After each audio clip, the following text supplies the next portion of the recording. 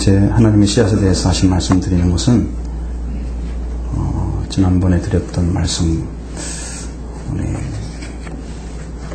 가평에 있는 중앙기도원에 드렸던 말씀, 그 말씀과 내용은 거의 같습니다. 그래서 우리 청소년들, 또 참여하지 못한 분들, 어떤 분들 또 이해를 또 못할 수도 있잖아요. 들었다고 해도. 그렇죠? 그래서 무엇을 말씀 전했는가 한번 여러분에게 이대로 전해드리려고 하는데 내용이 많이 바뀌었습니다.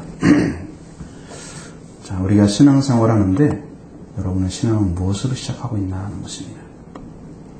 과연 성경이 가르쳐주는 신앙생활을 시작하고 또 그 목적에 따라서 살아가고 있는가 하는 것을 이렇게 찾아보게 되면 대부분의 신앙인들이 그걸 잘 모르고 있어요. 거기에 접근돼서 가는 사람이 극히 적어요. 그래서 천국에 가면 열매가 굉장히 적다는 얘기가 그 말이에요. 대부분의 신앙인들은 성경 말씀, 하나님 주신 말씀으로 신앙생활 시작하는 게 아니고 교회에 딱 들어오잖아요. 그러면 교인이 되잖아요. 교인. 그리고 교회의 전통이나 신앙의 형태들을 성도들이 가지고 있는 의식세계 그런 거 다 배우는 거거든요. 생활 방식. 그렇게 교인이 된 다음에 교회 수업돼서 성도로 해야 될 도덕적인 거, 율법적인 생활 이런 것들을 막 배우죠. 그럼 이제 교회에 익숙하게 되면 교회 풍토에 젖어버립니다. 그리고 나서 신앙생활을 그걸로 해가는 거예요. 바탕이 돼서. 그러면서 이 새로운 신앙세계에 눈을 떠야 돼요. 그 전에 들었던 것들이 신앙에 방해가 되죠. 하나님의 씨앗으로 태어나는 이 진리를 먼저 가르쳐줘서 먼저 이 하나님의 씨앗이 돼서 복음의 자녀, 그때는 길을 걷게 하는 그런 교회는 너무 적습니다. 그 화석화된 교리 같은 걸 막 가르쳐주죠. 이렇게 믿는 거다. 이렇게 신앙생활 하는 거다. 그걸 먹고 자라게 되면 그 교인들이 율법을 중심으로 살게 돼요. 그래서 이 사고가 어떻게 되냐면 바리새인적 사고가 돼요. 굳어져 버리는 거예요. 바리새인들은 하나님이 말씀해 주신 구약성경의 창출내민신 오경을 중심으로 한 율법, 그걸 중심으로 배운 게 아니에요. 이 사람들이. 그것도 배우죠. 일부. 그러나 구전 율법을 성문화시킨 미슈나를 가지고 배웁니다. 그걸 해석한 것이 게마라인데 그걸 중심으로 배워서 그들이 이게 이제 상당히 오래됐어요. 주전 500년부터 주 500년 사이에 만들어졌는데 굉장히 오래됐습니다. 16세기에 와서 탈무드라고 이렇게 바꿨어요. 그 두 개를 합쳐가지고 탈무드라고 했어요. 이렇게 기록된 것을 중심으로 사고를 만들어버려요. 그러니까 성경 말씀을 순종하는 게 아니고 자기들이 전통적으로 내려왔던 그 유전에 대해서 그렇게 너무나 깊숙이 들어갔기 때문에 성경 말씀을 말씀대로 믿지를 않고 배우지도 않아요. 그리고 마태복음 15장 8절로 9절 말씀에 그들에 대해서 하신 말씀이 뭐냐면 이 백성이 입술로는 나를 존경하는데 마음은 내게서 멀도다.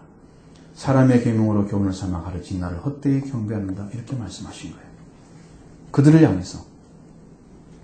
하나님의 말씀으로 교훈을 삼는 게 아니고 사람의 계명으로 교훈을 삼아서 가르칩니다. 그래서 하나님을 헛되게 경배하는 진짜 경배가 아니에요. 그렇게 만들어 버렸습니다. 그럼 거의 대부분의 교회들이 성도들을 바리새인을 되게 키운다는 얘기죠. 교회 전통이나 교회 성경 밖에 있는 내용들을 더 중요하게 여기고 그렇게 해야 교인이 된다고 그러고 그렇게 해야 신앙생활 한다고 그러고 이렇게 가르친 것들이 이제 그렇게 만들어졌어요. 저는 그런 것을 싹 삭제해버렸어요. 우리 교회는 그런 것이 아예 없어요. 사람의 계명을 중심이 돼서 가르침받는 성도들이 있으면 그 성도가 많을수록 회개를 외쳐도 회개에 반응이 없습니다. 왜? 이미 그걸 꽉 차 있습니다. 바리새인 중에 있기 때문에 그런 거예요. 예수님이 첫 번째 외친 복음도 세례 요한이 외친 복음도 똑같이 회개하라 천국에 가까웠느니라 이런 말씀이었어요. 그러니까 처음 들어야 할 말씀이 회개예요. 회개하고 천국에 들어온 사람들이 교회에 들어와서 교회를 이루고, 그게 교회의 에클레시아. 교회를 이루고 그 교회가 하나님께 예배하는 거예요. 그런데 예배를 먼저 드리고 그렇게 배우고 그 다음에 뭘 해요? 성경을 알아가는 거예요. 거꾸로 가고 있는 거예요. 그래서 교인들을 잘못 키우는 거죠. 말씀 안에 들어가서 키우는 게 아니라 말씀 밖에서 키우고 있는 것입니다. 자, 회개를 외쳐도 왜 회개하지 않느냐? 반응이 별로 없어. 이중 세대는 다 그렇습니다. 마음에 찔리지 않아요. 전혀. 저는 이거 영적 소경이라고 봐요. 보이지가 않는 거예요. 그게 무슨 말인지 도대체. 그 말을 왜 들어야 되는지 잘 몰라. 내가 열심히 말씀 듣고 열심히 순종히 살아가면 되지. 더 이상 뭐가 필요해? 이렇게 생각하는 거지. 그렇기 때문에 그 사람들은 그런 자기 생활이, 신앙생활이 지금 나는 괜찮다. 나는 신앙생활 잘하고 있다라고 스스로 평가를 해요. 그래서 성경은 회개하면 천국에 들어간다고 말씀하십니다. 이 천국이 사람이 들어가서 죽어서 들어가는 천국을 말하는 게 아니에요. 이 땅에 살면서 하나님 나라에 소속된 사람으로 사는 거예요. 하나님에 소속된 성도들로. 이 나라라는 것이 뭐냐면은 영토와 주권과 국민이 있어야 됩니다. 이 천국이나 하나님 나라를 말하죠. 통치권이 있는 거예요. 그 통치권이 누구한테 있느냐? 하나님께 있어요. 주권이 하나님께 있어요. 민주적인 주권이 누구한테 있어요? 누구한테? 국민에게 있죠? 아니, 그것은 민주주의 세상에 속한 거예요. 하나님께 주권이 있습니다. 그리고 통치권이 들어온 사람들은 회개한 사람들이 들어온 거예요. 그래서 그 사람은 다스리시죠. 하나님께서 통치하십니다. 그 주권 안에 살아가는 사람들을 하나님의 백성이다 그러는 겁니다. 그 안에 들어온 사람들 하나님의 자녀들이라 이렇게 말하죠. 국민이 하나님의 자녀예요. 이 하나님이 다스리는 나라에 들어오기 위해서, 천국에 들어가기 위해서 들어가는 게 뭐냐? 회개라고 하는 것이죠. 그러니까 열심히 회개를 해라 하고 전해줘도 왜 회개해야 되는지 열심히 찾지를 않아. 회개를 해보면 아는데, 회개를 해보지 않은 사람들은 왜 하라는지를 모른단 말이에요. 지금 이게 화석화된 그런 진리가 되는 거예요. 교리화되어 버리는 거예요. 복음의 깊은 진리를 가르쳐줘도 그 사모함이 일어나는 사람 굉장히 적어요. 그걸 무엇을 알 수 있느냐 하면은 기도 생활을 보면 알아요. 찾지 않고 기도하지 않는 사람들, 그건 대부분이 하나님 말씀 관계없는 삶을 살고 있는 거예요. 찾지 않는 거죠. 기도하는 건 사람이 구하는 것입니다. 그러나 기도하는 삶은 안 살아. 그럼 하나님이 필요하지 않는 거예요, 별로. 내 생활이 지금으로 충분해. 내가 지금 살아가는 삶으로 충분하니까 더 이상 필요가 없어. 그래서 찾지 않고 있는 거죠. 목마르지도 않아요. 목마른 자에게 생명의 샘물을 주시는데 주님께서 목마르지 않기 때문에 수가성 여인처럼 예수님이 찾아오질 않아요. 여러분에게. 수가성 여인처럼 목마른 여자가 됐을 때, 목마른 성도가 됐을 때 주님이 찾아오십니다. 그래서 목마름을 해결해 주잖아요. 영적 목마름이 해결되죠. 아주 기가 막힙니다. 그 말씀 보니까. 제가 어린이 설교 때 지금 준비해놨어요. 잘 읽어보십시오. 너무 기가 막혀. 하나님께서 얼마나 멋지게 풀어주는지. 배고프지 않는 자에게는요, 밥을 줄 필요가 없어요. 그 사람은. 생명의 떡을 먹고 싶은 사람에게 주는 거예요. 주님이 생명의 떡이다 그래도 먹으러 온 사람에게 주는 거예요. 먹고 인간적인 배부름 통해서 오는 사람 안 주십니다. 수가성 여인도 목마른 여인이었어요. 그녀에게 그리스도께서 생수를 주셨습니다. 현대 교회에게 무엇 때문에 성도들이 이렇게 사모함이 일어나지 않는가? 회개하지 않고도 종교생활 열심히 할 수 있어요. 성도들이 무엇을 가르치더니 그런가? 그리스도를 직접 가르침 받지 않고 회개에 들어가는 길을 얻지 못해요. 그래서 그렇습니다. 그래서 여러분들에게 한 가지 제시를 하는데 하나님께 더 정확히 가르쳐 주세요. 예수님께서 그들의 열매로 그들을 알리라 이렇게 마태복음 7장에 가르쳐 주죠. 거기에 보면 거짓 선지자라는 얘기가 나옵니다. 거짓 선지자를 삼가라고 말씀하십니다. 이것이 이 말씀이 항상 마음에 있어요. 한국 교회를 바라볼 때 이 말씀에서 자유로울 수 있는 교회가 얼마나 되는가, 그런 생각 많이 했습니다. 이건 제자들에게 분명히 너희들이 목회하게 될 때, 말씀을 전하게 될 때 분명히 이런 사람이 들어올 거다. 그러니까 너희는 구분해라 가르쳐줍니다. 산성수훈의 결론과 같은 말씀이죠. 마태복음 7장 15절부터 20절의 말씀 안에 들어있습니다. 거짓 선지자를 삼가라. 양의 옷을 입고 너에게 나오나 속에는 누락질하는 일이라. 그들의 열매로 그들을 알지니 가시나무에서 포도를 또는 엉겅퀴에서 무화과를 따겠느냐. 이와 같이 좋은 나무마다 아름다운 열매를 맺고 못된 나무가 나쁜 열매를 맺나니 좋은 나무가 나쁜 열매를 맺을 수 없고 못된 나무가 아름다운 열매를 맺을 수 없느니라. 아름다운 열매를 맺지 아니하는 나무마다 찍혀 불에 던져지느니라. 이러므로 그들의 열매로 그들을 알리라. 예수님 시대에 이런 거예요. 예수님 시대에도 거짓 선지자들이 많이 나올 거라는 거죠. 그런데 그들을 눈으로 보면 알 수가 없어요. 평가가 안 됩니다. 왜냐하면 우리에 들어올 때에 우리에 들어올 때에 양의 옷을 입고 들어오는 거예요. 속에는 누락질하는 일이지만 그 양이기 때문에 똑같이 보이는 거죠. 눈으로 볼 때는 평가를 해도 그냥 다 성도야 이렇게 말할 수밖에 없어요. 그럼 무엇을 할 수 있습니까? 그들이 하는 일을 보면 알 수 있습니다.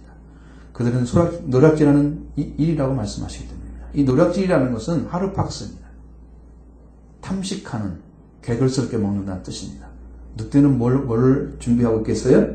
양을 탐식할 준비를 하는 거예요. 언제 잡아먹을 건가? 어떤 방식으로 양에게 접근해서 그 양을 잡아먹을 것인지.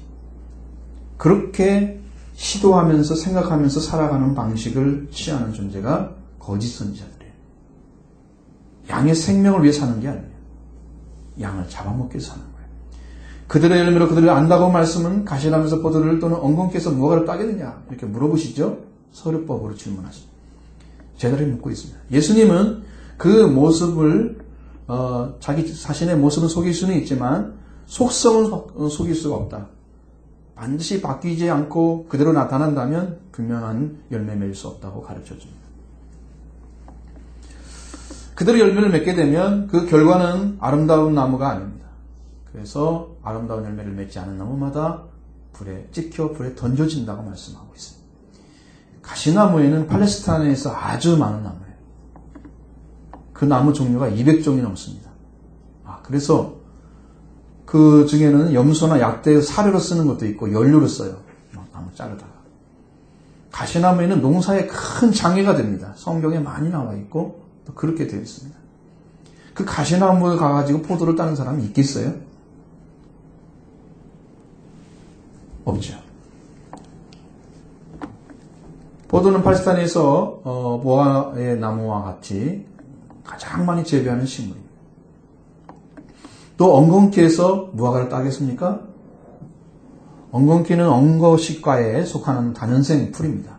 산이나 이 들에 저절로 막 나요. 이 저주받은 것들은요 그냥 막 태어나요. 진짜 좋은 것들은 심어야만 나는 거예요. 거짓된 것들은 안 심어도 나요. 왜?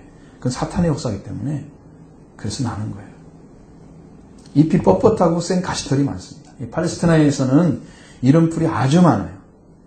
이 가시나무와 같이 저주의 상징입니다.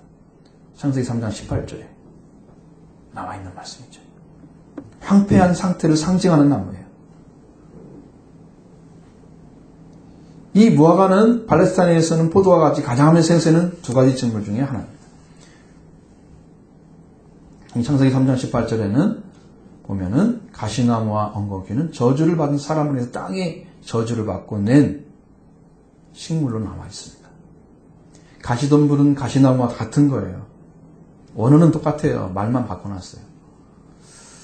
저주받은 그대로의 가시나무와 엉겅퀴가 어떻게 사람이 먹을 수 있는 포도와 무화과를 열매를 맺을 수가 있느냐는 것입니다. 이것은 뭘 가리키느냐? 품종의 문제입니다. 품종의 문제.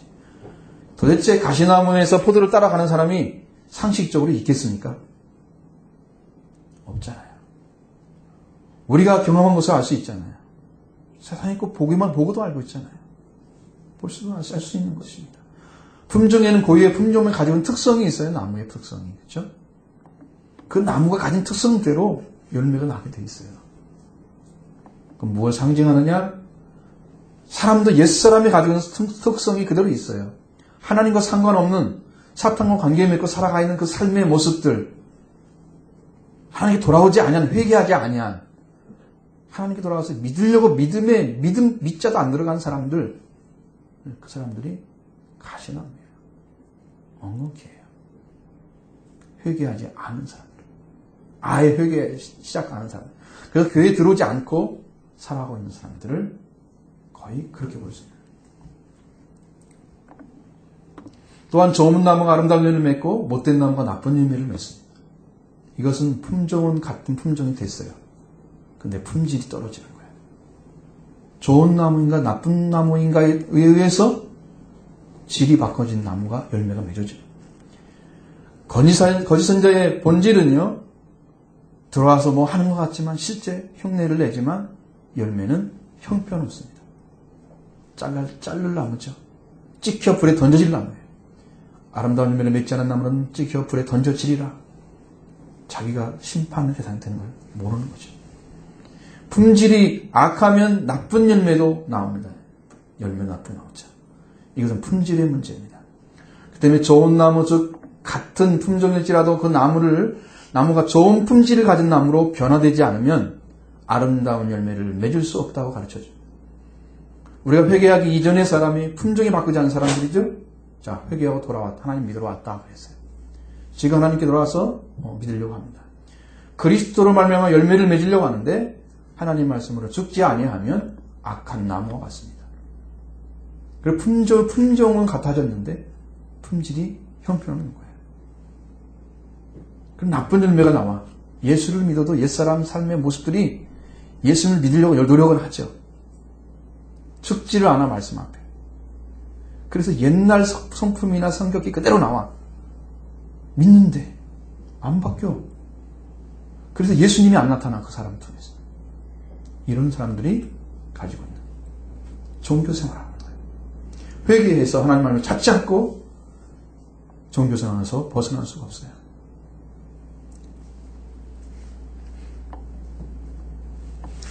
그래서 자기 자신은 변하지 않고 자신의 본심을 그대로 숨겨놓은 채 종교생활하는 사람들, 회개 없는 사람들, 자기중심적 열정을 가지고 신앙생활하는 사람, 이건 다 실패한 사람들이에요. 돌이켜서 하나님 나라를 들어가지 아니하여 하나님 나라가 임재하지 아니하는 사람, 자기 열심, 자기 중심의 신앙 같은 거 가진 것들, 그런 모든 것들이 다 그런 것입니다.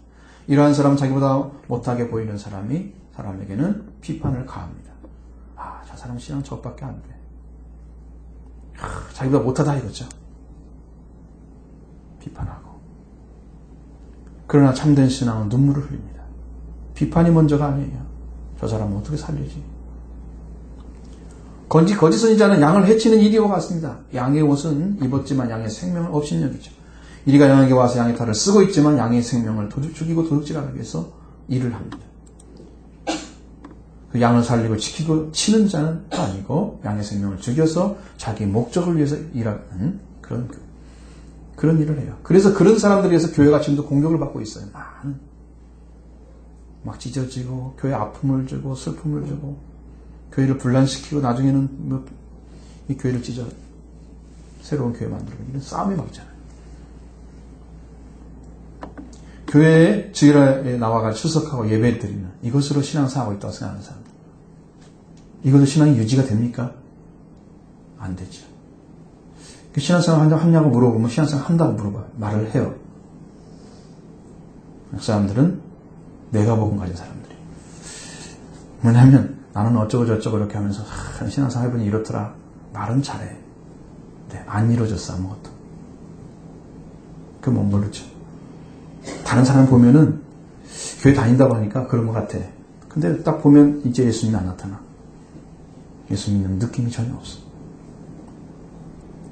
내가 뭔가 잘. 요한계시록 1장부터 3장에 쭉 읽어보면요. 7교회 얘기가 나와요. 거기에는. 교회 7교회. 산장에 편지를 합니다. 그 중에 마지막 교회가 라우디아 교회입니다. 근데 그들은 뭐라고 하냐면 나는 부자다.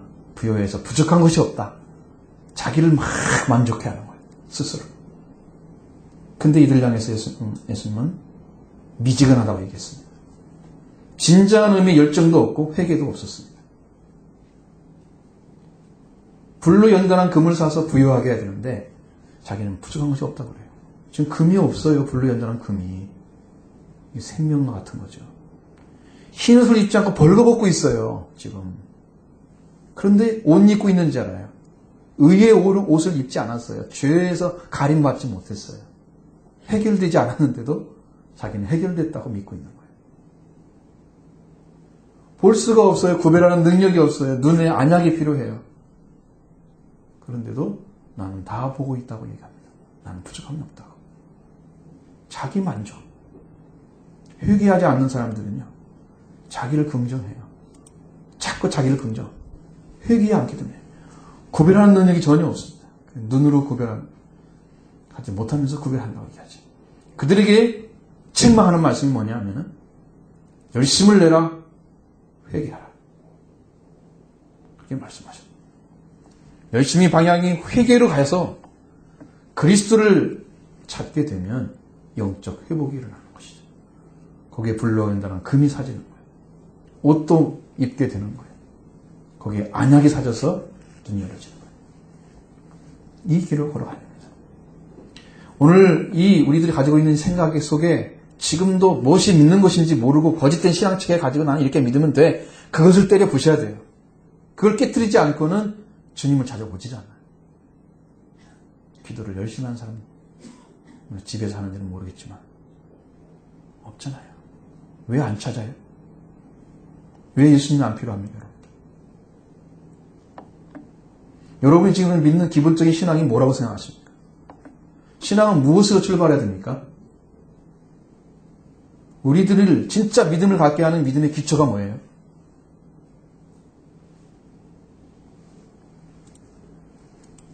창세기 성경 공부하는 분들은 잘 모르죠. 제가 어느 날 말씀드렸어요. 여러분들에게 말씀드렸는데 하나님께서 갑자기 그랬어요. 제 마음에 딱 질문해서 너는 믿음의 시작이 뭐냐 이렇게 딱 물어봤어요. 너는 왜 나를 믿으려고 하느냐. 그래서 하나님께서는 중심을 본다는 생각이 딱 번쩍 들어가지고 하나님, 저는 하나님 필요하기 때문에 믿는 거예요. 그리고 이제 순식간에 지나가니까요. 그 생각은요. 그죠? 길지 않아요. 그리고 성도들 향해 말씀. 여러분은 무엇을 믿기 위해서 성경포를 하고 있습니까? 물어봤어요. 하나님은 우리가 무엇을 믿고자 하는 의도를 보고 계신다는 거예요. 신앙의 시작점을 보고 계신다는 거죠. 그런데 무엇 때문에 믿는가를 모르고 그냥 교회 나오는 거예요. 무엇을 얻어야 될 건가? 어떤 게 신앙인가? 이것은 별로 관심 없어요. 교회 나오는 자체가 중요하다. 예배 드리는 거. 교회 다니기 위해서 신앙생활하고 있다. 이건 다시 생각해 볼 문제입니다. 아직도 하나님을 믿는 믿는 그 의도가 무엇인가를 모른다면 우리는 성경이 가르쳐주는 말씀, 복음으로 신앙을 시작하지 않은 것입니다. 마가복음 1장 1절에 뭐라고 되어 있습니까? 복음의 시작은 뭡니까? 하나님의 아들 예수 그리스도의 복음의 시작이다. 복음의 시작은 하나님의 아들로 시작되는 것입니다. 하나님의 아들이 들어와야 그때부터 여러분이 진짜 믿음이 되는 거예요.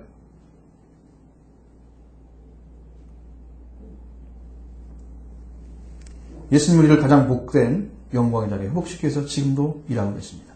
그 하나님의 아들이 이 땅에 오신 거예요. 자, 여러분 우리가 기도할 때 뭐가 필요해요?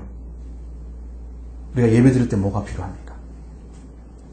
기도하는 자가 가질 자격이 필요하죠? 그렇습니다. 성경에 무엇이 어떻게 나와 있느냐?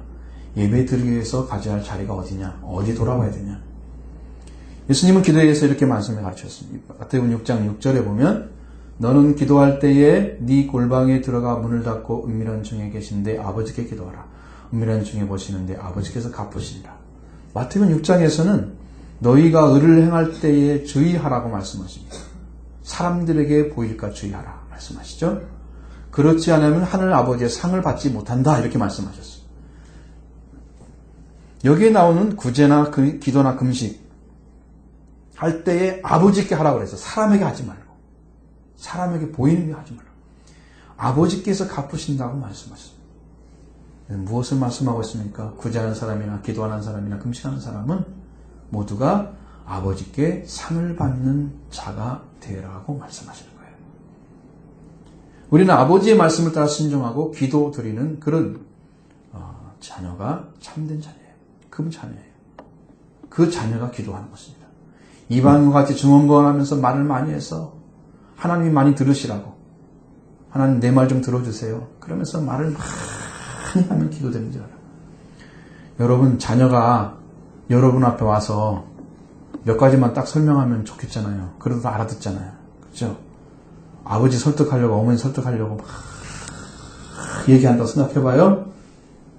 좋아요? 기분?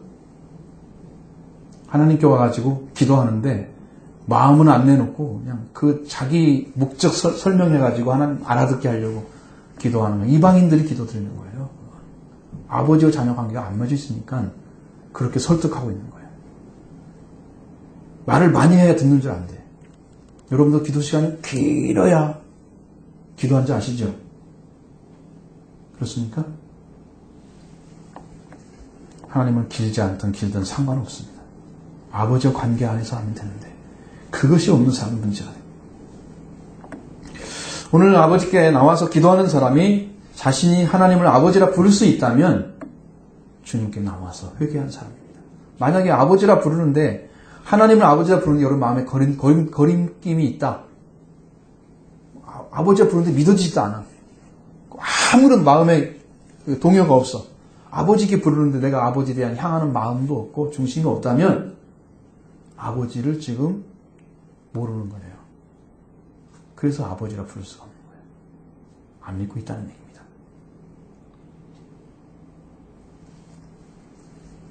아버지 아들 딸로 빨리 돌아와야 됩니다. 아버지만 기도할 수 있는 거. 아버지를 부를 수 있는 자녀가 기도하는 것이고요. 아버지를 찾은 자가 예배하는 것입니다. 자, 또 한 가지 말씀드린 것은 예수님께서 이 땅에 오셔서 부활을 하셨습니다. 그럼 부활하심으로 뭘 만들려고 부활하셨느냐? 어쩌고 부활하셨느냐? 그것은 형제의 부활을 말씀하는 거예요. 여러분 이 진리를 깨닫지 무슨 말씀하고 있는지를 쭉 여러분이 이 가닥을 찾아 들어가야 말씀의 결론이 뭔지 알아요. 지금 이게 여기 앞에서 안 듣고 뒤에 가서 무슨 말 했지? 이렇게 되면 몰라요. 무슨 말 하고 있는지. 자, 형제의 부활입니다. 그것은. 형제의 부활에 대해서 말씀입니다. 본문의 말씀 이제 드리려고 하는데 우리도 한번 찾아보죠. 히브리서 2장 11절 12절.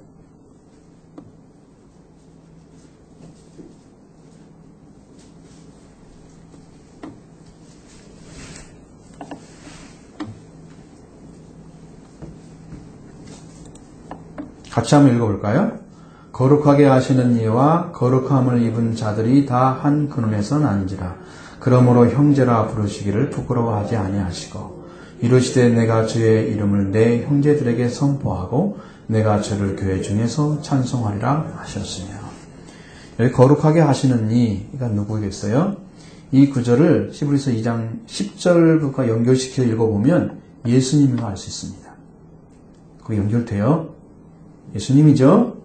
그리고 거룩함을 입은 자들이 누구냐면 거룩함을 주시는 분, 예수님으로 말미암아 거룩함을 입은 성도들입니다. 그래서 이거 형제라고 그랬어요. 이 둘 다 한 근원에서 났다고 그랬어요. 제가 원어를 찾아보니까 한 근원이란 말이 아니고 여기는 하나에서 이렇게 돼 있어요. 하나에서. 그러니까 하나에서부터라 그 말이에요. 그 하나라고 표현된 그분이 누굴까요? 하나님이십니다. 하나님이십니다. 하나님께로부터 예수님이 나와서 이 땅에 육신이 돼서 오셨다. 그렇게 고린전서 1장 30절이나 요한복음 8장 42절에 나와 있어요. 분명히 하나님께로 태어난 게 아니라 예수님은 나왔어요. 하나님께로 나왔다고는 표현되어 있어요. 예수님은 태어난 분이 아니세요. 삼위일체 하나님, 그러면 하나님의 아들로 우리가 육신으로 태어난 것처럼 태어난 분으로 이해하면 큰일 납니다. 그리고 사람은 하나님께로 지음받았습니다. 태어났어요. 창세기 2장 7절에. 하나님으로부터 지음받아서 태어났습니다.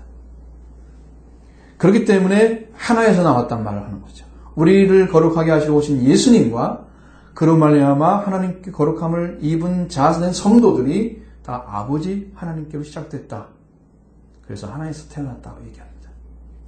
그리고 예수님이 뭐라고 그래요? 형제라 부르기를 부끄러워 아니하셨다. 그럼 형제라 부르는 데가 어디에 나와 있습니까? 자, 찾아보겠습니다. 마태복음 28장 9절로 10절.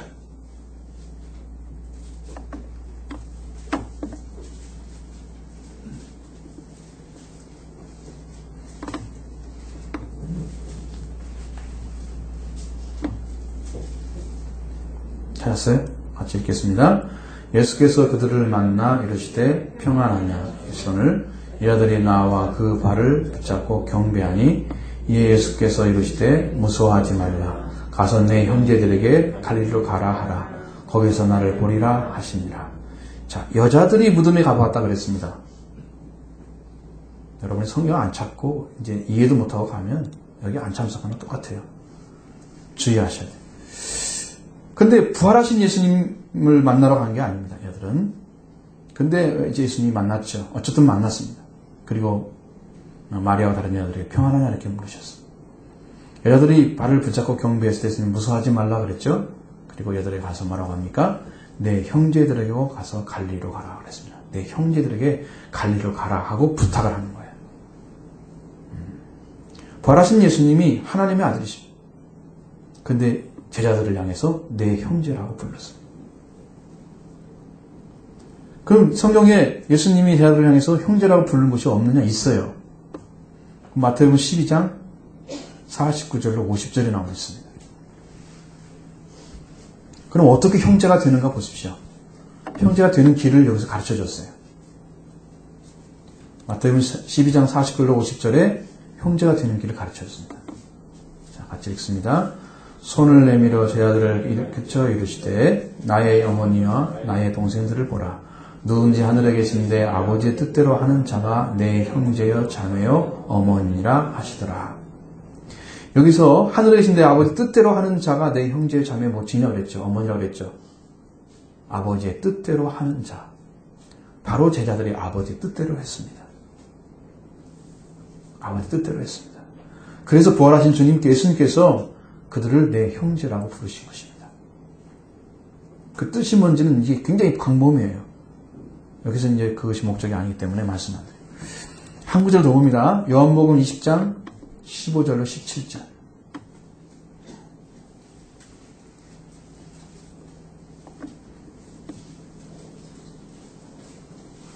요한복음 20장 15절로 17절.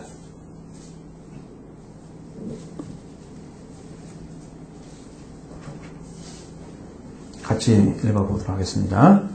예수께서 이르시되 여자여 어찌하여 울며 누구를 찾느냐 하시니 마리아는 그가 동산직인 줄을 알고 이르되 주여 당신이 오기로 갔거든 어디 두었는지 내게 이르소서. 그리하면 내가 가져가리이다. 예수께서 마리아야 하시거늘 마리아가 돌이켜 히브리말로 라보니라고 하니 이는 선생이라는 말이라. 예수께서 이르시되 나를 붙잡지 말라. 내가 아직 아버지께로 올라가지 아니하였노라. 너는 내 형제들에게 가서 이르되 내가 내 아버지 곧 너희 아버지 내 하나님 곧 너희 하나님께로 올라간다 하라 하시니. 막달라 마리아가 부활하신 예수님을 만나러 온 게 아니에요. 누가복음 23장 56절에 보면 그 안식일이 되었기 때문에 이제 향료와 향품을 바르지 못하고 예수님 무덤에 묻혔습니다. 그러니까 그 안식 후 다음 날 가가지고 안식일을 지키고 그들에게 향유와 향품을 발라드리고 이렇게 하려고 장사를 준비하려고 간 거예요. 그렇게 나와 있어 성경에. 막달라 마리아가 딱 도착해 보니까 이미 돌이 무덤에 건져 있어. 이것은 장정들이 한 서너 명 힘이 큰 사람들이 밀어갖고 돌 움직일 정도로 큰 돌이에요. 무덤 안에 있는 앞에 있는 것들이. 근데 그것이 옮겨져 있는 거예요. 그 예수님은 무덤에서 나와서 동산 위에 서 계셨어요. 그리고 예수님께서 마리아를 향해서 누구를 찾냐고 이제 했을 때 마리아는 동산주를 알고 당신이 가져갔거든 내게 시신을 달라고 부탁하죠. 그때 예수님께서 마리아야 하고 불렀습니다. 그때 라보니라고 불렀습니다. 마리아가 라보니란 말은 대선생이라는 뜻이고 랍비란 말은 선생이란 말이죠. 대선생님 이렇게 불렀다. 예수님께서 나를 붙잡지 말라. 알아본 거죠 서로. 그리고 아직 아버지께 올라가지 아니했다고 말씀하시죠. 요한복음 10장 17절은 마태복음 28장 10절보다 더 구체적으로 형제에 대해 설명해 주는데 너는 내 형제들에게 가서 내가 내 아버지 너희 아버지 라고 했습니다. 예수님은 부활은 제자들을 형제로 부활시켰다는 것입니다. 하나님을 아버지라 부르는 자녀 아버지라 부르는 자녀로 부활시켜준 거예요. 예수님의 부활은 분명히 예수님과 제자의 관계가 형제의 관계로 부활된 거예요. 내 아버지, 너희 아버지 그러잖아요. 한 아버지에게 태어났다는 얘기를 설명하는 거잖아요. 그렇기 때문에 형제예요. 형제는 핏줄이 같아야 하잖아요. 누가 같아야 돼요? 아버지가 같아야 돼요. 그래 형제죠. 그러니까 내 아버지, 너희 아버지. 예수님의 제자들이 하나님을 아버지라 부르는 자녀로 부활됐습니다. 예수님의 부활은 이걸 주신 거예요. 이렇게 부활하신 후에 부활의 은혜를 입은 자들이 하나님을 아버지라 부를 수 있기 때문에 그 사람이 진짜 기도할 수 있는 거예요. 이 사람이 예배 드리는 사람이에요. 형제가 된 사람들. 예수님의 죽으심과 부활을 믿지 않는 사람들은 예배 드릴 수 있는 자격이 미달이죠. 아직. 이게 부활된 걸 믿으셔야 돼요. 그러면 이것은 거짓된 믿음이다. 이렇게 올바른 관계가 세워진 사람은 올바른 기도를 드릴 수 있는 거예요. 은밀한 계신데 아버지께 기도하라. 이 사람이 은밀한 계신 아버지께 기도할 수 있는 자녀예요. 제자가 된 거예요. 형제입니다. 예수님의 피로 한 생명을 나눈 형제로 부활시켰어요. 그때는 이로 인해서 제자들에게 능력을 입힐 때까지 예수님 떠나지 말라고 누가복음 24장 49절에 말씀하십니다. 왜? 이 부활을 전해야 되기 때문에. 그래서 그러신 거예요. 부활을 전해야 되기 때문에 능력이 와야 돼. 사도행전 1장 3절에 보면 그가 고난받으신 후에 또한 그들에게 확실한 많은 증거로 친히 살아계심을 나타내사 40일 동안 그들에게 보이시며 하나님 나라의 일을 말씀하시니라. 이렇게 기록되어 있습니다. 부활하신 예수님이 40일 동안 세상에 계셨습니다. 제자들에게 자기가 살아계심을 확실한 증거로 보여주셨고 그 다음에 하나님의 나라의 일들을 계속해서 말씀해 주셨어요. 그리고 이어서 하신 말씀이 승천하기 전에 너희는 몇 날이 못되어 성령으로 세례를 받으리라. 그렇게 말씀하셨죠. 그리고 사도행전 1장 14절에는 여자들과 예수의 어머니 마리아와 예수의 아우들과 더불어 마음을 갖자 오로지 기도에 힘쓰니라.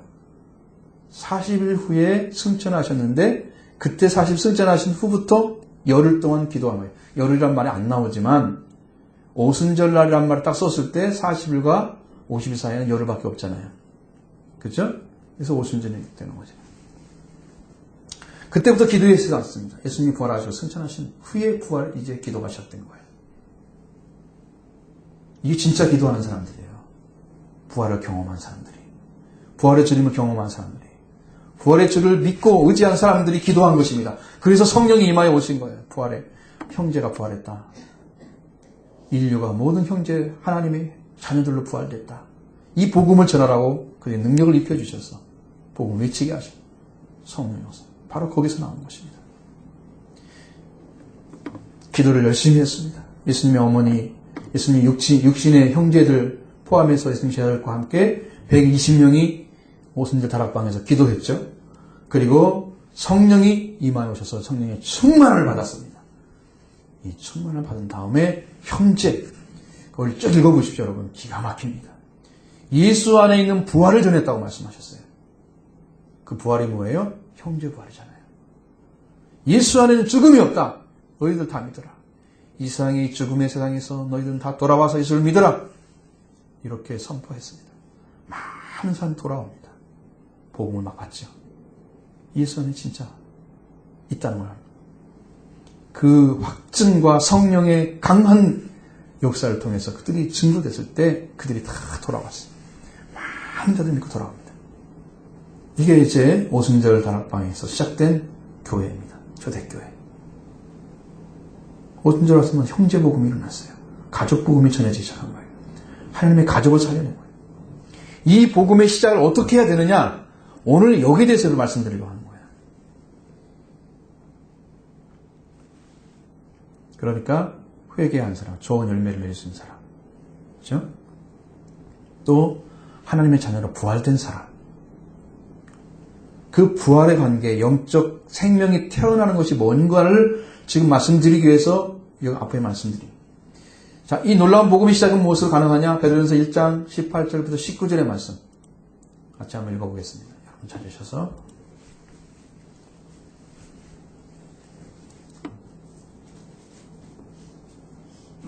같이 읽습니다. 너희가 알거니와 너희 조상에 물려된 행실에서 대속함을 받은 것은 은이나 금같이 없어질 것으로 된 것이 아니요 오직 흠없고 점없는 어린 양 같은 그리스도의 보배로운 피로 된 것이니라. 자, 이건 뭡니까? 너희가 알거니와 너희 세상에 물려진 헛된 행실에서 해석을 받았다 그랬죠? 이 말씀할 때는 이방 그리스도인에게 하는 말씀이에요. 어떻게 잘못 살았길래 헛된 행실이라고 그랬어요? 이건 조상들이 물려진 헛된 행실은 뭐냐면은 이교적 방식을 가리키는 거예요. 그들의 선조 때부터 이어서 내려온 것인데 그것이 모두 헛된 것이었어요. 그것을 계속 해봤자 헛된 것이라는 것은 결국 열매가 없다는 거죠. 그것은 죽음에 속하게 하는 것이었어요. 베드로는 어느 때 복음을 전했느냐? 로마가 혹독한 박해를 당하고 있는 그 속에 이 복음을 전해줬어요. 서신을 보냈습니다. 고난의 길을 걸어가고 있는 성도들에게 서신을 통해서 복음을 전했는데 이 베드로전서 1장을 베드로전서를 쓴 때가 주 64년입니다. 주 64년. 네로 황제가 로마에 불을 질렀습니다. 그 불을 타는 걸 보면서 광란의 파티를 했습니다. 그리고 파티가 끝났어요, 이제. 그런데 이 누가 불을 냈느냐? 이 문제가 생기잖아요? 책임을 져야 될 거 아니에요. 황제가 이걸 문제했다 그렇게 되면은 황제는 파면당하죠. 당장. 그러니까 그걸 모면하기 위해서 기독교인들에게 이 불을 질렀다. 기독교인들은 이렇게 나쁘다. 뒤집어 씌웠습니다. 그리고 박해를 시작하는 거예요. 그리고 1년, 2년 후인가 베드로가 순교합니다. 베드로 후서를 쓰고 이제 죽는 거예요. 얼마 안 있어. 그리고 난 다음에 주 67년인가 8년도 정도에 바울이 순교합니다. 네로 황제 때 다 죽은 거예요. 위대한 사도들이. 얼마나 극심하게 박혔는지 아시겠죠? 근데 베드로의 서신을 받는 지역이 베드로전서 1장 1절에 보면 소아시아, 본도, 갈라디아, 갑바도기아, 아시아, 비두니아 거기에 흩어진 거류하는 나그네라고 말씀하고 있어요. 그리고 그게 어디냐? 이 소아시아는 로마에 속해 있는 거예요. 소아시아의 아시아, 비두니아, 가바도기아, 카리기아, 길리기아, 갈라디아, 루가오니아, 루기아, 루디아, 무시아, 밤빌리아, 부르기아, 본도 이런 것들이 전부 어디에 속했냐면은 그 행정구역이 로마에 속한 구역이에요. 그러면 로마에 있는 지금 형제들에게 복음을 전한 거예요. 베드로는. 아시겠죠?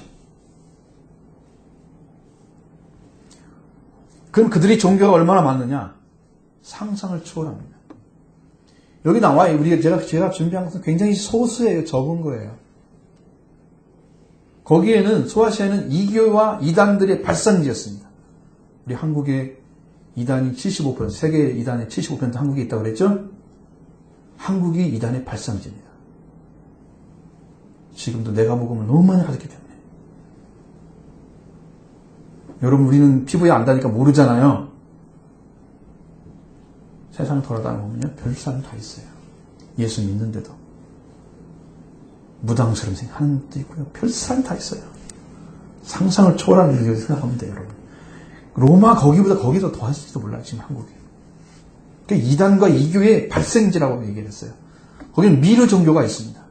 미스터리 릴리전이라고 그래요. 이 주 3세기까지 최고의 인기를 누렸던 미르 종교 단체.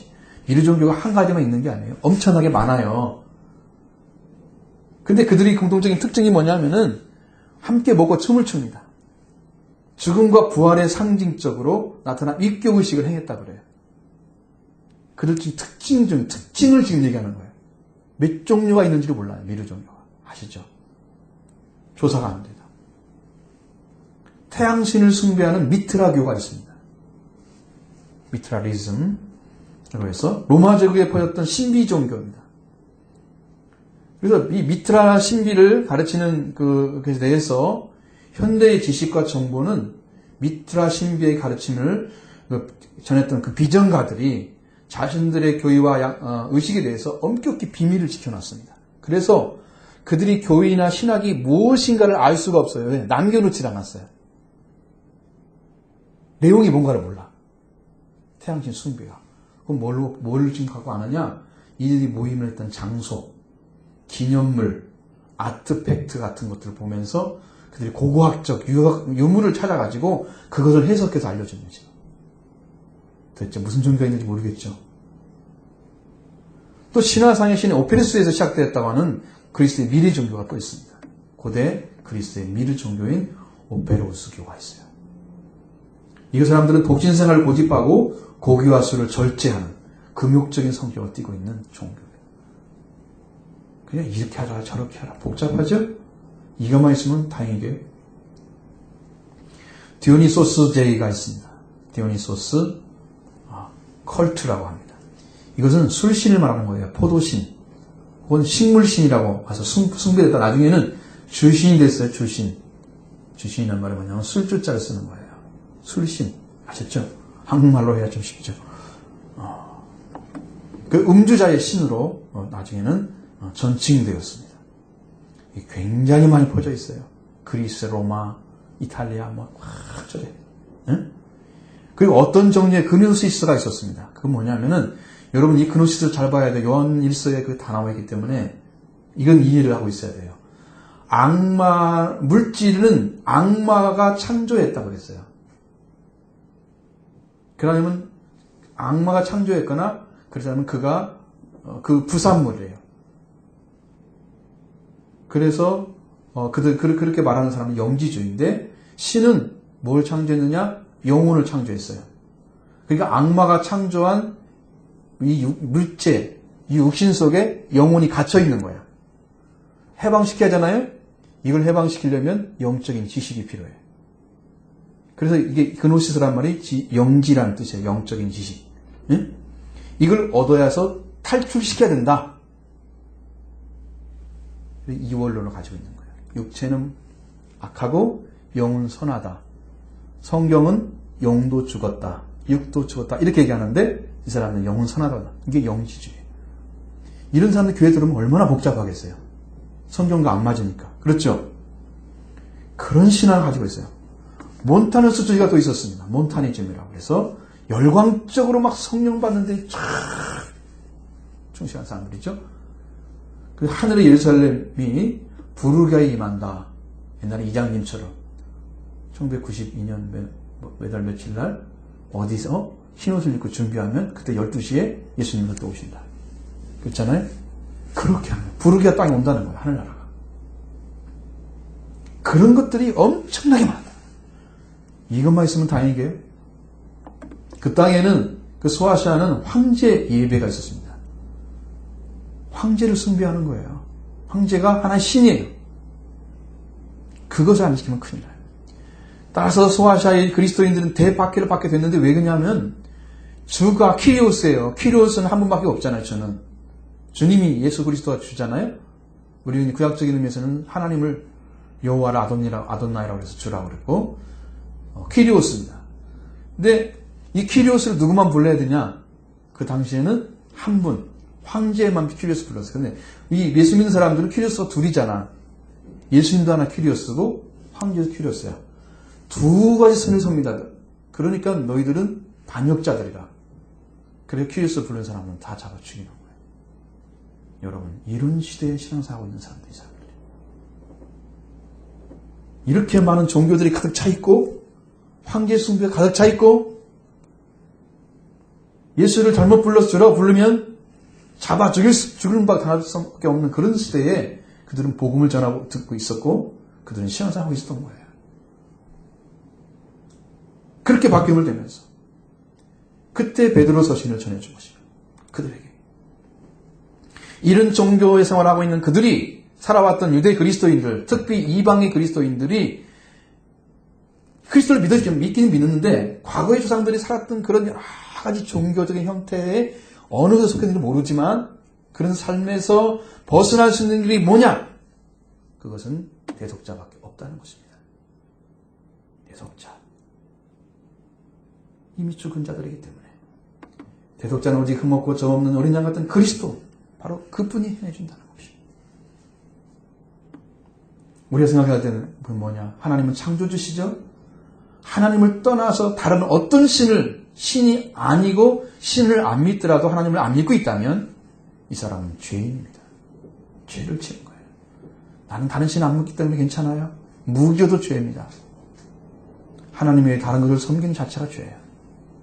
아무리 우리 조상들이 이렇게 믿었기 때문에 나는 어쩔 수 없이 믿고 이렇게 살아온 거예요.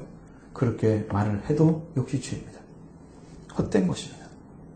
우리가 어떤 신을 믿든 하나님을 떠났든지 간에 우리를 대속해 주시는 분은 누구냐? 하나님께 우리를 나가게 하시는 분이냐? 그는 어린 양 같은 흠없고 점없는 어린 양 같은 그리스도의 보배로운 피, 그 피가 우리를 대속해 주는 거예요. 금이나 은 같은 거 가지고 와서 나 헌금 많이 했으니까 천국 갔을 거야. 이런 건 성경에 허락하지 않습니다. 안 된다고 그러잖아요. 우리의 과거의 삶에서 해방시켜서 주시는 그런 구속의 은혜는 생명을 바치신 그리스도에 의해서만 주어지는 거예요. 18절에 보면 대속이란 말이 나오죠. 리틀 로우라고 그럽니다. 이건 몸값을 치르고 되찾다 그런 뜻입니다.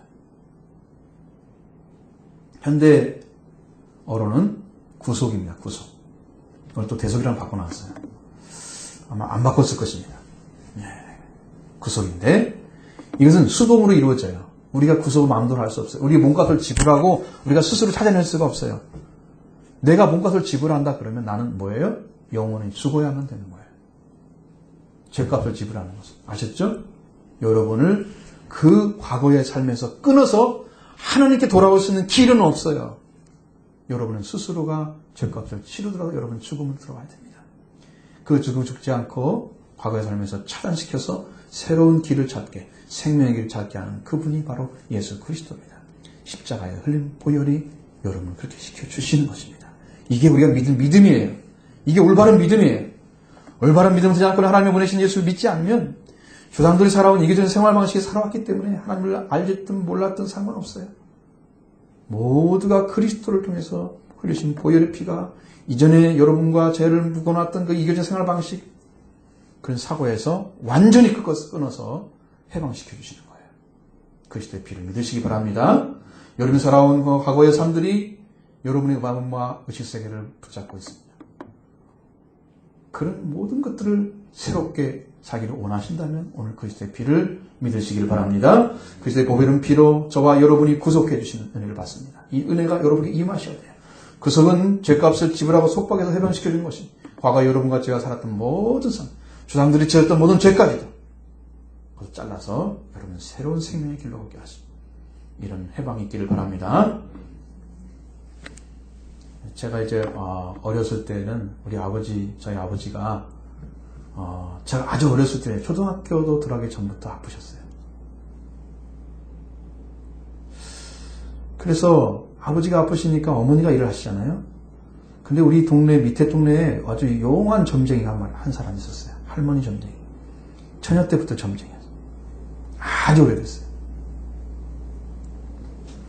그분을 데려다가 굿을 많이 했어요. 제가 굿하는 장면 다 보고요. 점쟁이가 쫓아나가가지고 귀신 잡아오는 것도 봤어요. 우리 눈에 안 보이잖아요. 점장이는 보나 봐요. 그거.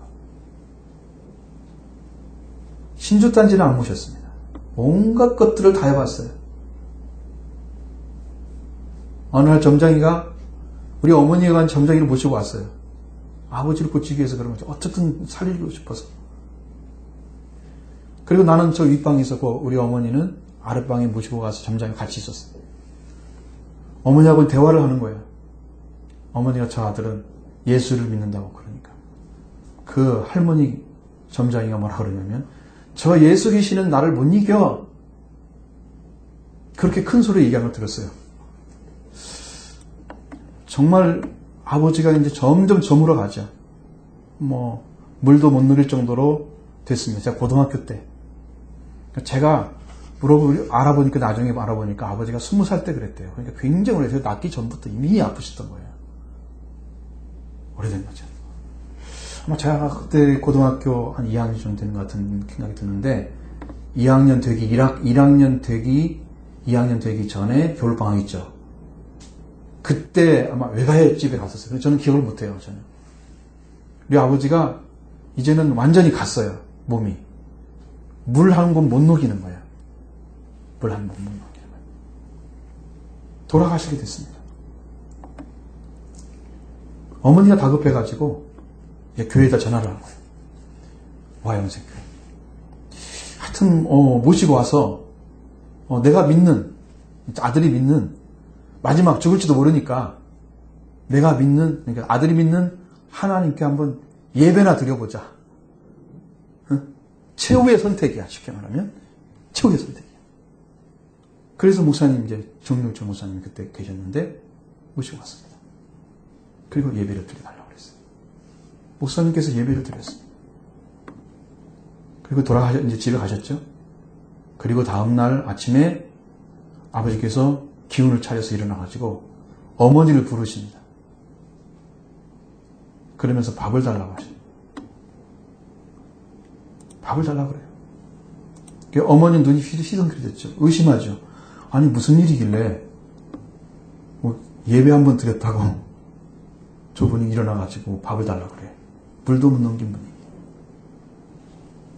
그 깜짝 놀라서 가서 진짜 보니까 아버지 정말 앉아 계신 거예요.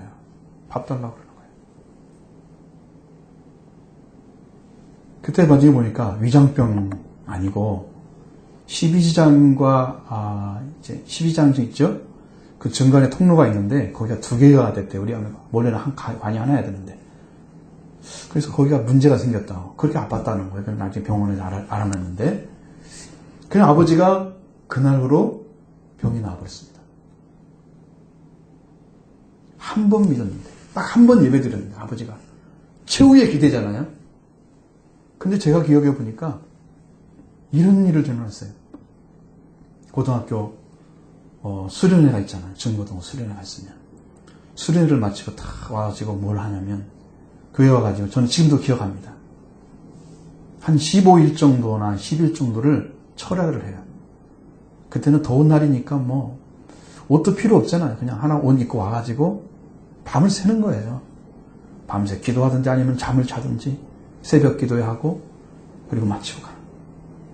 그렇게 기도할 때 얼마나 열심히 기도했는지 정말 막 바닥을 치면서 하나님 저희 아버지 어머니 다 지옥에 보낼 거냐고 그렇게 하면서 막 통곡했던 그런 생각이 나는 거예요. 그 통곡을 하고 있는 기도하는 동안에 하나님께서 제 입술을 확 돌려서 무슨 말을 하겠는데 말이 막 꼬여지는 거예요. 무슨 말인지 모르겠어요. 나중에 보니까 방언을 받은 거예요. 여러분 고등학교 때 방언 받았습니다. 믿은 지가 얼마 안 됐어요. 중3 2학기 때 받아서 교회 다녔으니까 겨우 얼마 됐어요? 방언 은사는 그냥 주시는 거예요. 열심히 하시면. 그래서 아버지가 이제 어머니랑 다 교회에 나오게 됐어요. 예수 귀신이 점잖게 믿었던 귀신이 이겼죠? 과거의 삶에서 완전히 끊어버렸습니다. 다시는 점장이 온 적이 없습니다. 그렇죠? 하나님 살려주신 거예요. 여러분도 이 시간에 여러분을 지배하고 있는 인간적인 거, 거짓된 신앙체계, 무엇을 믿는지 모르면서 믿고 살아갔다 오는 그런 믿음에서 완전히 새롭게 해방되기 바랍니다. 과거의 삶에서 새로운 십자가를 통해서 용서해 주신 예수 그리스도의 보혈의 피로 씻어놓으신 새 생명의 삶을 살길 바랍니다. 이것을 믿으셔야 돼요. 그래야 과거의 삶에서 끊어지는 거예요. 과거의 핏줄에서 끊어지는 거예요. 불신의 핏줄에서 끊어지는 거예요. 이것이 여러분 오늘 시간 받아야 됩니다. 이 은혜를 받으시길 바랍니다. 이것이 신앙의 시작입니다. 이렇게 시작돼서 그리스도의 피로 돌아온 사람들이 실제 신앙생활을 하는 것입니다. 이거 여러분이 그렇게 외쳤던 6월절이 여기서 시작된 거예요. 이게 시작인 거예요. 신앙의 시작. 이것을 모르고 그냥 교회 걷다 다니는 예배 드리는 것이 신앙인 줄 알고 과거의 삶에서 아무 절대도 없으니까 옛날 삶을 그대로 살아가잖아요. 안 됩니다. 여러분 세원해 받기를 바랍니다. 20절로 21절의 어린 양 같은 신 그리스도의 주심과 부활이 주는 은혜에 대해서 말씀해 주었습니다. 같이 한번 읽어보겠습니다.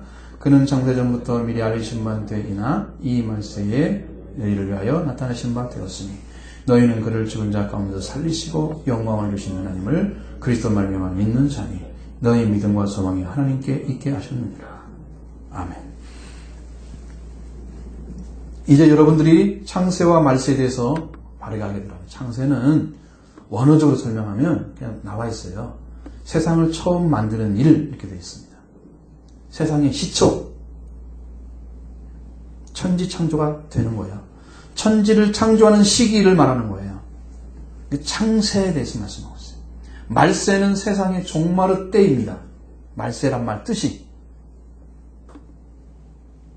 구약적인 의미에서 말세는 정한 때의 끝을 가리키는 거예요. 신약에서의 말세는 그리스도의 승천부터 재림까지의 한 세대를 가리키고 있습니다. 지금 예수님이 말세가 끝났어요.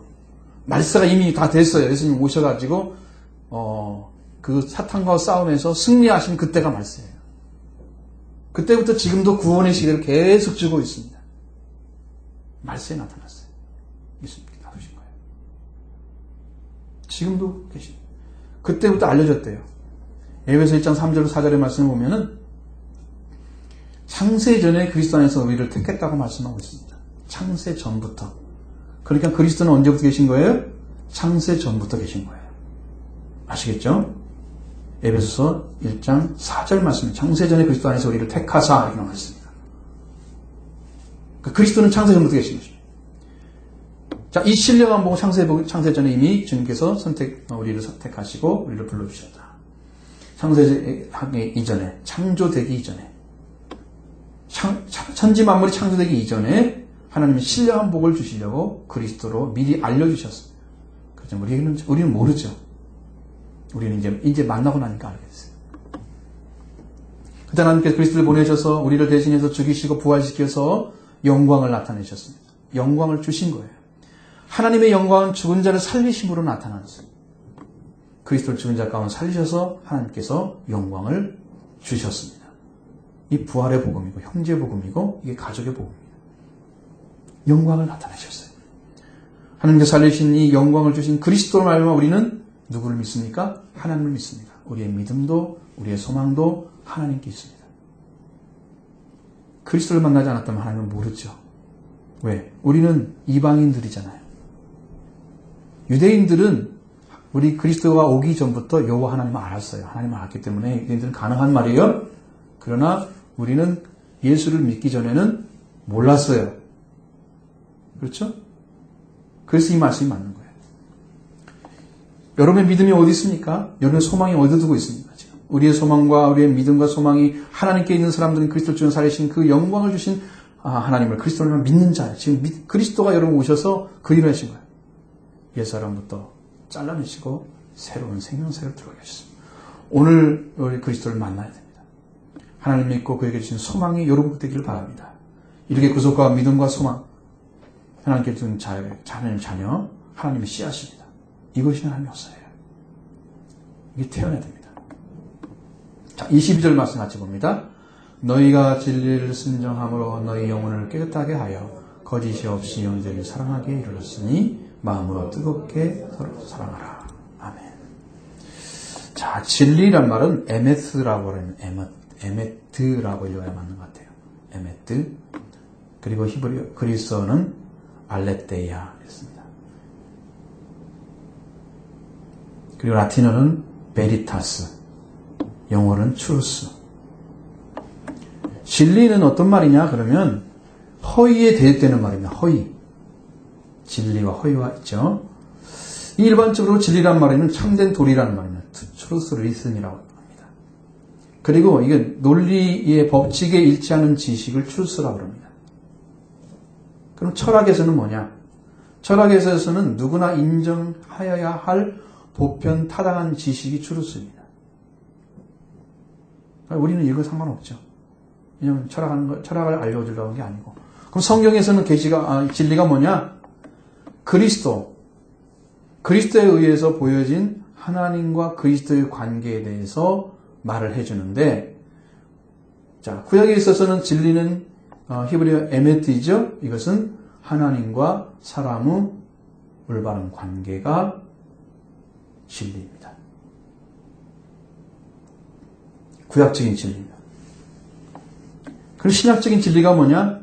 알레세야는 덮은 것을 제거하고 사실을 드러내는 게 진리예요. 그러면 언제 이게 덮여졌어요? 언제 덮여져서 진리를 모르게 사람이 진리를 잃어버렸어요? 죄를 지은 이후부터 진리가 없어졌습니다. 사람 마음속에. 하나님은 어떤 분인지 몰라요. 덮여졌어요. 그럼 예수 그리스도가 이걸 오셔서 이 어둠, 보지 못하는 거죠. 어둠을 제거하고 하나님과 예수 그리스도 관계가 뭔가를 드러내셔서 사람이 하나님 관계에 어떻게 살아야 되는 것을 나타내신 그것이 바로 진리를 아는 것입니다. 그럼 여러분이 진리를 안다는 건 뭐예요? 여러분이 지금 하나님 누군가를 아시는 거. 여러분이 예수님 통해서 나는 누군가를 찾아냈다면 예수님이 진리신 거예요. 진리를 아는 것입니다. 지금 하나님을 아버지라 부르시며 우리 마음과 생각과 감정 다 합쳐가지고 전인격적으로 하나님을 아버지라 불렀는데 아버지가 오냐 내 아들아. 그러면 진리를 아는 사람이에요. 아셨죠? 근데 아버지 부르는데 아버지라 부르기에 쑥스러워. 마음의 영 안 내켜. 내 영이 동의하지 않아. 빨리 돌아보십시오. 아직 모르는 거예요. 진리를 모르는 거예요. 그래서 진리를 가지고 우리가 하나님 관계를 찾아주기 위해서 예수님이 오셨기 때문에 예수님을 알게 되면 진리를 알게 되는 것입니다. 제가 지난번에 오남에 있는 동신수련회 가가지고 거기서 공부를 하고 있었어요. 말씀 학교에서. 그리고 이제 앉아 있었습니다. 이렇게 강사가 앞에 있죠. 제가 이제 두 번째 여기 이제 칸막이 저희 사이에 길이 있고 뒷줄에서 맨 첫 번째 줄에 앉아 있었는데 하나님께 물었습니다. 하나님 제 아버지 맞죠? 하나님 제 아버지 맞죠? 그랬습니다. 그랬더니 마음의 응답을 딱 왔어요. 그래 내 말 맞다. 아버지 저희 교회를 아시죠? 인도해 주세요. 분명히 아버지가 들으셨어요. 하나님은 영이기 때문에 지금도 여러분이 하나님을 아버지라 부르면 그래 대답을 해야 아버지인 거예요. 언제까지 여러분 그렇게 그냥 열심히 기도해가지고 알려고. 지금 그 관계가 안 만들어져 있으면 이게 신앙생활을 하는 거 아닙니다. 자녀도 아닌 사람이 아버지라고 부르면 이상하잖아요. 여러분은 남이 와가지고 아버지 부르면 이상하지 않아요? 여러분한테 어머니 부르면 이상하지 않아요? 한 번도 안 본 사람이? 이상하죠? 하나님도 그렇게 되는 거예요. 하나님도 모르는 사람이 아버지, 그러니까 종교인이죠, 그 사람. 믿지도 않으면서 믿는 것처럼. 흉내내고 있는. 응? 하나님께 아버지라 부를 때 하나님의 내용이 긍정하고 하나님이 나를 아버지라고 인정해주면 그래 내 아들아. 지금 온 거예요. 진리가 지금 온 거예요. 진리를 아는 사람. 로마서 8장 14절에 하나님의 영으로 인도함 받는 사람이 하나님의 아들이라고 그랬어요. 성령의 인도함 받지 않는 사람은 하나님의 아들이 아니에요. 로마서 8장 16절에 성령이 친히 우리의 영과 더불어 우리가 하나님의 자녀임을 증명을 해주셨다고 그랬어요. 여러분 분명한 증언을 받으시기 바랍니다. 이게 얼마나 믿음의 길이 정확한지 아시겠죠? 그 길을 걷지 않으면 이게 오질 않아. 그래서 신앙생활은 진짜 하는 것은 쉽지가 않은 거예요. 성령이 우리 영으로 더불어서 하나님의 자녀임을 증언해 줘야 됩니다. 성령이 들려주시죠. 여러분 그걸 받은 적이 있으나요?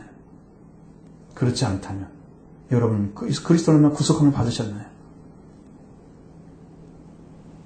우리 길을 대신에 짊어지시고 우리 대신에 우리의 몸값을 지불하시고 죄와 죽음에서 종이 돼서 노예로 팔린 우리들을 구원해 주신 사실을 여러분이 가지고 있어야 됩니다. 오늘 이 구속을 받아야 된다는 거죠. 그래서 여러분이 모인 거예요. 그래서 예배를 드리는 거예요. 하나님을 찾는 거예요. 여러분들 무엇을 가지고 나는 하나님의 아들이다, 하나님의 딸이다 증명할 수 있겠어요? 하나님께서 성령께서 또 그리스도께서 인정해 주시는 일이 없는데 여러분 나는 하나님의 아들이다 왜 그렇게 얘기해요? 배워서 아는 거 아닙니다. 하나님은 성경을 배워서 알아진 거 가지고 하나님 부른다고 하나님 대답 안 하세요. 진짜 관계가 맺어져야 대답을 하세요.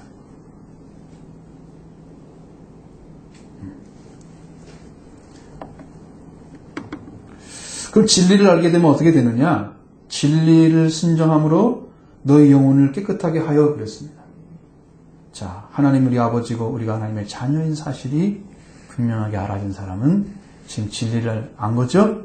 그것을 순종하면, 그것을 여러분이 따라가게 되면 여러분이 영혼이 하나님께 돌아온 자가 되는 거예요. 영혼이 더럽혀졌어요. 뭘로 더럽힌지 아세요? 인간의 말이 사탄이 준 말인데, 그 사탄이 준 말이 하나님과 우리 관계를 다 끊어버렸습니다. 그래서 영혼이 더러워졌어요. 하나님을 아버지라 부를 수가 없어. 죄인이기 때문에. 그 진리가 파괴되어 버린 거예요. 그게 다시 돌아오니까 다시 회복된 것이죠. 인류의 준 거예요. 뱀이 준 말을 버리고 하나님 말씀을 가지고. 그 하나님의 사랑을 가지고 하나님과 함께 살아가는 능력, 하나님 처음 지을 때는 그렇게 주셨습니다. 하나님 말씀을 불신해서 뱀의 말을 듣고 가져갔을 때 죽음이 왔습니다. 이 사람이 다시 살기 위해서는 하나님 말씀으로 다시 돌아오는 길밖에 없습니다. 진리에 순종한 사람이, 그런 영혼이, 사람의 영혼이 돌아와서 하나님께 삼자가 된다는 것이죠. 살아있는 영혼이 깨끗해져. 그렇게 되면 어떻게 보느냐? 거짓이 없이 형제를 사랑하게 되는 거예요. 그래서 우리의 마음이 열렬히 형제를 사랑해 주는 거예요. 마음의 사랑이 회복되는 것입니다. 진리를 순종함으로 영혼이 깨끗한 사람들은 거짓 없이 형제 사랑에 이르는 것인데, 이 형제 사랑이 회복되는 사람들이, 그 진리를 안 사람들은 저 사람이 회복됐구나. 뭘로 알 수 있어요? 사랑이 있느냐 없느냐, 이거 보면 알아요. 사랑하느냐 안 하느냐. 그러니까 마음으로 뜨겁게 서로 사랑을 그랬죠. 마음 사랑이 회복되기 때문에 마음을 주는 거예요, 사람에게.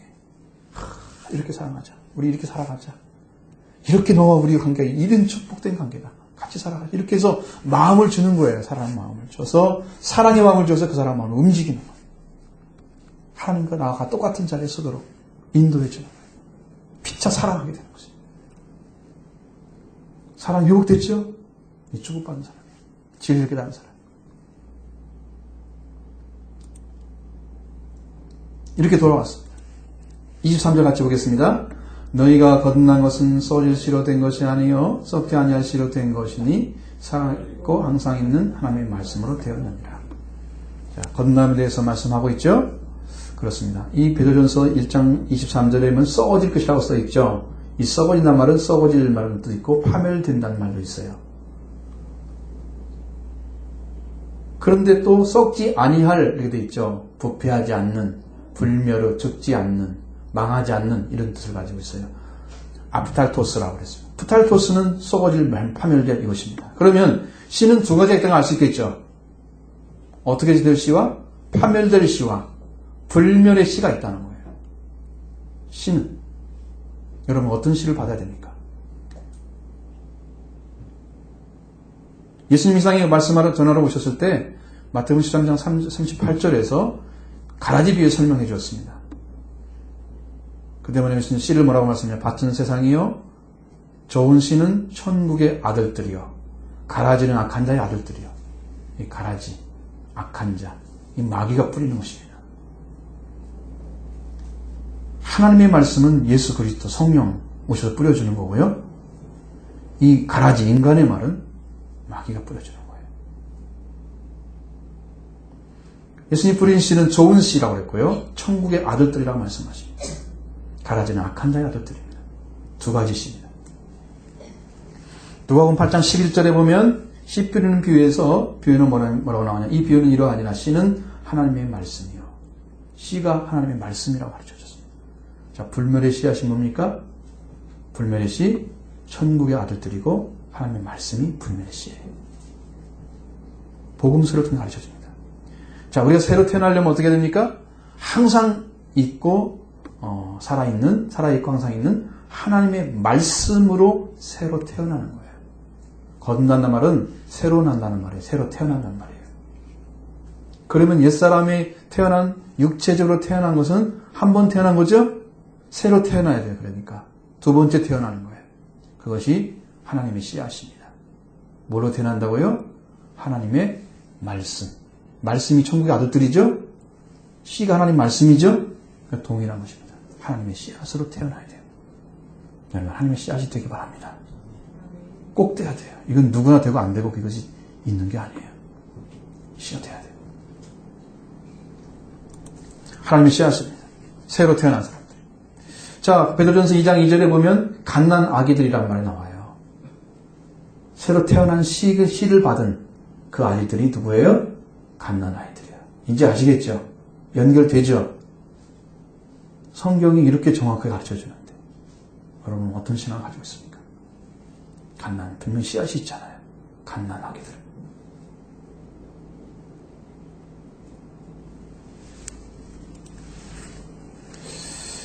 마지막 24절로 25절 말씀 보겠습니다. 그러므로 모든 육체는 풀과 같고 그 모든 영광은 풀의 꽃과 같으니 풀은 마르고 꽃은 떨어지되 오직 주의 말씀은 새도록 있도다 하였으니 너에게 전한 복음이 곧 이 말씀이니라. 이 말씀은 이사야 6장 6절부터 8절의 말씀을 인용했습니다. 말하는 자의 소리여 이르되 외치라. 대답하되 내가 무엇이라 외치리이까 하니 이르되 모든 육체는 풀이요 그의 모든 아름다움은 들의 꽃과 같으니 풀은 마르고 꽃은 시듬은 여호와의 기운이 그 위에 붑니다. 이 백성은 실로 풀이로다. 풀은 마르고 꽃은 시드나 우리 하나님의 말씀은 영원히 서리라 하라. 이 말씀을 인용한 거예요. 모든 육체는 풀과 같습니다. 그 영광은 풀의 꽃과 같다 그랬어요. 가르쳐줍니다. 육체를 풀로 비유했죠. 사람이 육체를 가지고 살아가는 삶에 잘 되었을 때 그때가 영광이 풀의 꽃과 같다고 그랬어요. 그런데 풀은 마르고 꽃은 떨어져요. 천사나팔 여러분 하루 아니면 이틀밖에 안 펴요. 그 사진 안 찍어놓으면 몰라요. 폈는지도 몰라요. 지금 그게 지금 수십 개 피게 생겼어요. 지금 가면. 어떤 씨는 좀 오래 가기도 하죠. 어떤 꽃은 하루 만에 져요. 쉽니다. 그리고 저것도 1년생 풀이기 때문에 다시 안 심으면 안 돼요. 또 심어야 돼요. 단연생도 있죠. 그러나 그것도 죽습니다. 풀은 다 죽는 거죠. 하나님의 씨앗은 썩어지지 아니할 씨앗이어야 됩니다. 주의 말씀이죠. 그렇기 때문에 육체는 씨가 아닙니다. 썩어질 것이 씨가 되지 않죠. 불멸의 씨앗을 주신다고 그랬죠. 육체는 씨가 아닙니다. 영으로 태어나야 됩니다. 말씀으로. 그 씨앗입니다. 하나님의 말씀이 우리 안에 심겨지면 그 말씀을 받은 자가 씨앗입니다. 살아있는 말씀. 항상 있는 말씀. 그러니까 그 말씀이 항상 있고 살아있어 지금도. 말씀을 받은 사람들. 영이 살아난 것입니다. 하나님 안에서. 우리가 멸망받는 이유는 뭐예요? 영도 죽고 육체도 죽었기 때문에 멸망당하는 거예요. 여러분의 영이 살았다면 육체가 죽어도 영은 삽니다. 그래서 그리스도께서 마지막 날에 육체도 다 살려주는 신령한 몸이 입어지는 거예요. 그게 부활을 입는 거예요. 여러분이 예수님 마음에 오셨으면 안 죽어요. 예수 안에 부활이 있어서. 안 죽습니다. 몸이 죽어도 안 죽습니다. 이 사람은. 그러나 영혼이 그리스도에서 살아나지 않은 사람은 몸도 죽고 영도 영혼이 죽습니다. 지금 예수를 전해주는데 구원받으러 전해주는데 이걸 안 믿고 여러분 마음대로 살면 여러분의 죽음은 여러분이 책임져야 됩니다. 그건 지옥에 가서 책임지는 거예요. 이 땅에서 육체의 죽음이 죽어지면 영이 지옥에 가잖아요. 그러면 지옥에 가서 영원히 형벌받는 것이 책임지는 거예요. 성경에는 지옥가라는 말은 없어요. 그런데 그렇게 만들어져 있단 말이에요. 구조가. 찾아보니까. 제가 참 이상한 말을 찾아냈어요. 사람들 보니까 왜 죽으면 다 하늘나라 갔다 그러지? 이상하더라고요. 여러분 예수 믿지 않는 사람도 어디 갔다 그래요? 죽으면 어디 갔다 그래요? 하늘나라 갔다 그래요? 누가 하늘나라 보내줬는데? 언제 보내줬어요? 난 지옥 갔다는 말은 사람은 한 번도 못 들어봤어. 죽으면. 다 좋은 데만 갔대. 이게 뭔지 아시죠? 기본적으로 사람 마음속에는 영원히 죽지 않기를 바라는 마음이 있어요. 그래서 그 말을 사용하는 거예요, 우리가. 그 소망이 있다면 여러분 천국에 들어갈 수 있죠? 예수님이 보내셨어요. 예수 안에 죽음이 없습니다. 영원히 사는 겁니다. 그 죽음이 없는 분이 가져온 말씀이 우리를 또 영원히 살게 하는 거예요. 그 말씀으로 태어나는 것이 하나님의 씨앗을 받는 것입니다. 과거의 삶에서 끊어져야 됩니다. 흠없고 정없는 어린 양의 피가 여러분의 과거의 삶을 잘라버릴 것입니다. 찾으시기 바랍니다. 그리스도를 죽음에 살려서 그리스도 영광을 주신 그 하나님, 그리스도를 통해서 하나님을 알게 된 그 믿음, 소망이 하나님께 그 은혜도 우리에게 주어졌습니다. 올바른 의에 돌아오는 하나님은 누구고 사람은 누군가 이 관계에 돌아오게 하는 이 진리를 가진 예수님, 그 예수님이 우리한테 오시면 우리 영혼이 깨끗함을 받습니다. 회개함이 이루어지죠. 거짓 없는 사랑이 회복됩니다. 뜨거운 사랑이 나와요. 영혼을 향한 뜨거운 사랑이 나와요. 영혼을 진짜 사랑하는 거예요. 마음으로 뜨겁게 사랑합니다. 그래서 계명을 이루는 자녀가 되는 거예요. 우리가 거듭나게 하시는 하나님 살아있는 항상 말씀이 우리 안에 들어오게 되면 우리는 씨앗으로 태어납니다. 하나님의 씨앗으로. 이 씨앗이 되기 위해서 예수님께 죽으시고 부활하시고 다시 사신 그 은혜를 계속 내려준 거예요. 그 말씀이 반복되는 거예요. 그것이 믿음으로 들어가서 여러분의 영혼을 딱 깨워놔야 돼요. 살아. 응? 여러분의 산자가 되길 바랍니다. 그래서 우리 거룩한 하나님의 씨앗을 받고 다시는 죽음에 이르지 않는 생명을 찾는 자가 되었습니다. 하나님의 축복 속에 살아가기를 바랍니다.